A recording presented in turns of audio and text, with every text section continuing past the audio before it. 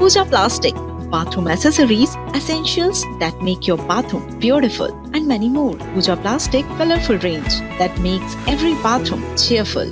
कई दशकों के संघर्ष के बाद आखिरकार छत्तीसगढ़ आज नक्सलवाद के आतंक से मुक्त हो चुका है। अब कोशिश इस बात की है कि इस आतंक से सबसे ज्यादा प्रभावित रहे बस्तर अंचल को फिर से विकास, तरक्की और उन्नति की राह पर आगे बढ़ाया जा सके।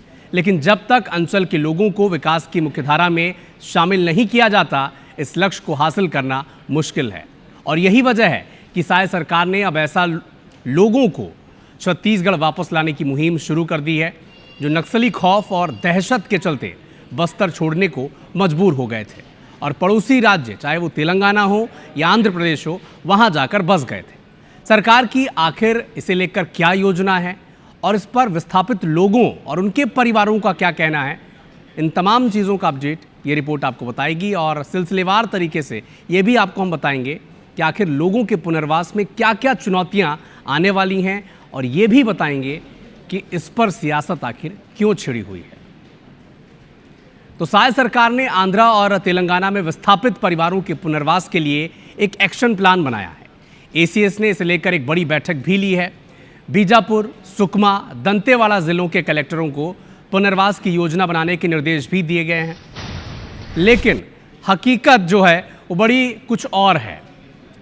विस्थापित परिवारों के प्रदेश में रह रहे परिवारों का और उनके परिजनों का ये कहना है कि उनके रिश्तेदार अब वापस लौटने को तैयार ही नहीं हैं, क्योंकि 2.5 दशक पहले उन्होंने छत्तीसगढ़ छोड़ा था।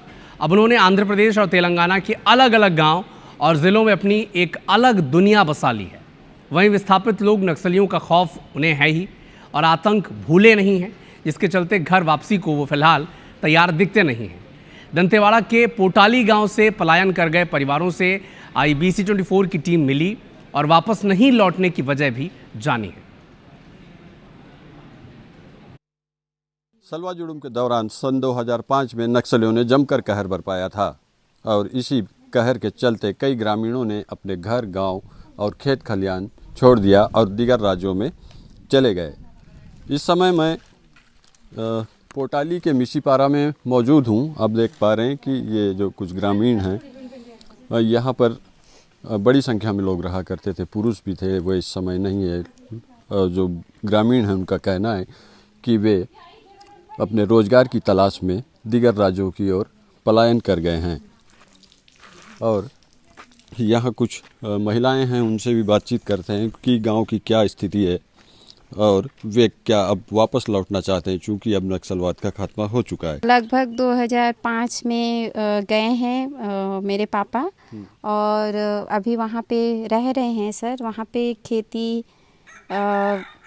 कपास का लगाते हैं और वो अभी क्या है, उधर का रहन सहन हो गया है और उधर रोज़गार भी एनी टाइम मिलता है, तो उन लोग इधर वापस नहीं आएंगे करके बोलते हैं सर।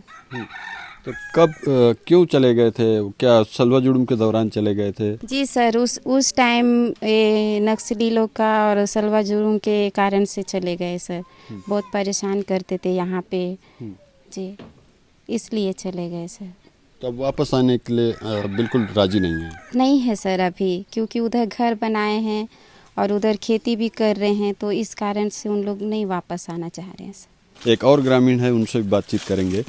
क्या नाम है तुम्हारा? सर मेरा नाम पूजा रामंडा है, मैं यहाँ के निवासी हूँ। अच्छा पूजा, ये बताओ तुम्हारे घर से कौन कौन आंध्रा चले गए, क्यों चले गए? सर मेरे घर से तो मेरे फैमिली के बड़े पापा लोग गए। शायद उन लोग इसलिए गए कि क्योंकि यहाँ ज़मीन के कुछ कमी थे और उनको तीनों पीढ़ी चलाना, तो शायद उन लोग सोच लिए कि मैं कहीं दूसरे गाँव में जाके, दूसरे राज्य में जाके अपने परिवार को पालूं। तो उस टाइम में भी तो ऐसी नक्सली की डर बीता होगा, लेकिन उधर चले गए सर जीने के लिए। एक समय यहाँ पर नक्सलवाद बहुत ज़्यादा था, उसके चलते भी बहुत लोग चले गए। तो अब उन लोग वापस आना चाहते हैं, बातचीत होती है आप लोगों की?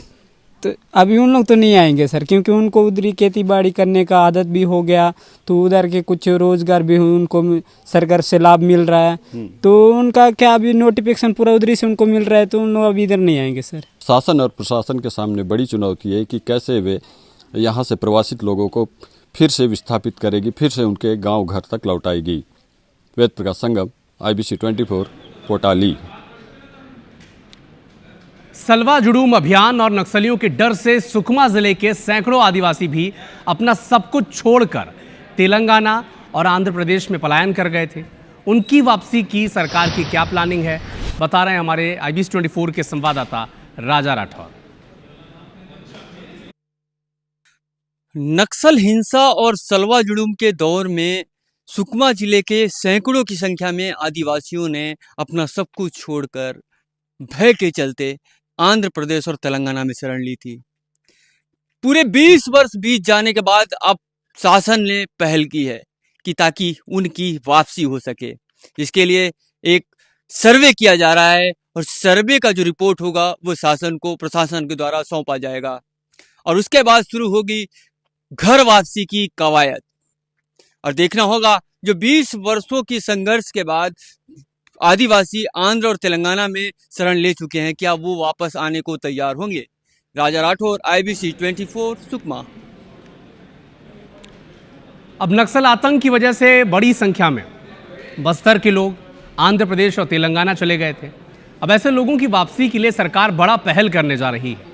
ऐसे सभी लोगों के पुनर्वास के लिए एक्शन प्लान भी बन गया है। साथ ही इसके अंतर विभागीय समिति ने कामकाज भी शुरू कर दिया है।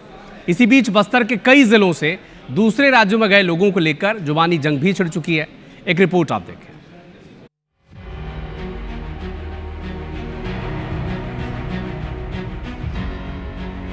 छत्तीसगढ़ के बस्तर समेत अधिकांश जिले अब नक्सल आतंक से लगभग पूरी तरह मुक्त हो चुके हैं, जिसके चलते नक्सली खौफ में पलायन करने वाले लोगों की घर वापसी की उम्मीदें भी बढ़ गई हैं। एक अनुमान के मुताबिक बस्तर के 31,098 लोग दूसरे राज्यों में चले गए हैं। वहीं बीजापुर, सुकमा, दंतेवाड़ा के लोग तेलंगाना के 467 गांवों में बस चुके हैं, जबकि 19,709 लोग आंध्र प्रदेश के 184 गांवों में बस गए हैं। 11,389 लोग इस तरह दोनों राज्यों के 651 गांवों में रह रहे हैं। यानी कुल मिलाकर 6,939 परिवारों के 31,098 लोग आंध्र और तेलंगाना के प्रवासी बनकर रह रहे हैं। साय सरकार ने नक्सली आतंक के खात्मे के बाद बस्तर से दूसरे राज्यों में बसे प्रवासियों के पुनर्वास पर काम शुरू कर दिया है। ACS ने इसे लेकर बड़ी बैठक ली है। तीनों जिलों के कलेक्टर्स को पुनर्वास की योजना बनाने के निर्देश दिए हैं। नक्सलवाद का सशस्त्र वह संगठन कैडर पूरा समाप्त हो गया है और बस्तर में पूर्ण शांति है।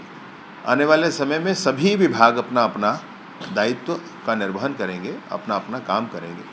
मैं सोचता हूं कि ट्राइबल वेलफेयर डिपार्टमेंट के माध्यम से टीमें बना करके इस दिशा में काम प्रारंभ भी हो गया। साय सरकार की इन कोशिशों पर अब सियासत भी शुरू हो गई है। कांग्रेस पलायन के लिए बीजेपी को जिम्मेदार ठहरा रही है, जिस पर बीजेपी भी जोरदार पलटवार कर रही है। सलवा जुडूम के समय ये हमारे बस्तरवासी बस्तर छोड़ने को मजबूर हुए। आखिर आप उस समय उनको पर्याप्त सुरक्षा क्यों नहीं दे पाए, ना ही उनको बेहतर शिक्षा नहीं दे पाए, ना ही स्वास्थ्य सुविधा में आप कमी किए। तो कुल मिला के आप इनके दोषी हैं, इनका पाप को कौन भोगेगा।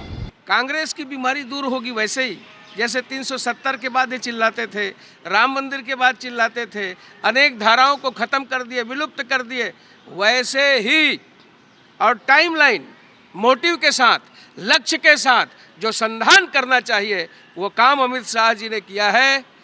भारत हमारा छत्तीसगढ़ युगों युगों तक याद करेगा।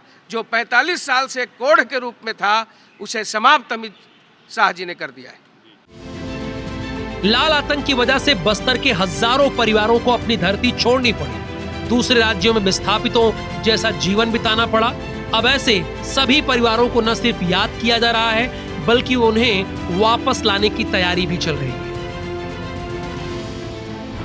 ऐसे में अब देखना होगा क्या ये लोग वापस आएंगे या नहीं, कारण कि 2 दशक पहले की बात है। 2 दशक पहले ये वहाँ शिफ्ट हो चुके हैं तेलंगाना और आंध्र प्रदेश में। लेकिन सबसे बड़ी बात ये है कि जिस तरीके से सरकार ने डेडलाइन के साथ नक्सलवाद खत्म किया है, तो ऐसे में उम्मीद की जा सकती है कि जो नक्सल से पीड़ित रहे हैं ऐसे लोगों को फिर से वहीं उनकी उनकी जमीन, उनकी मिट्टी पर ही बसाया जाए और उन्हें न्याय दिया जाए। कैमरामैन संजीव सिन्हा के साथ सौरभ सिंह परियार, IBC 24 रायपुर।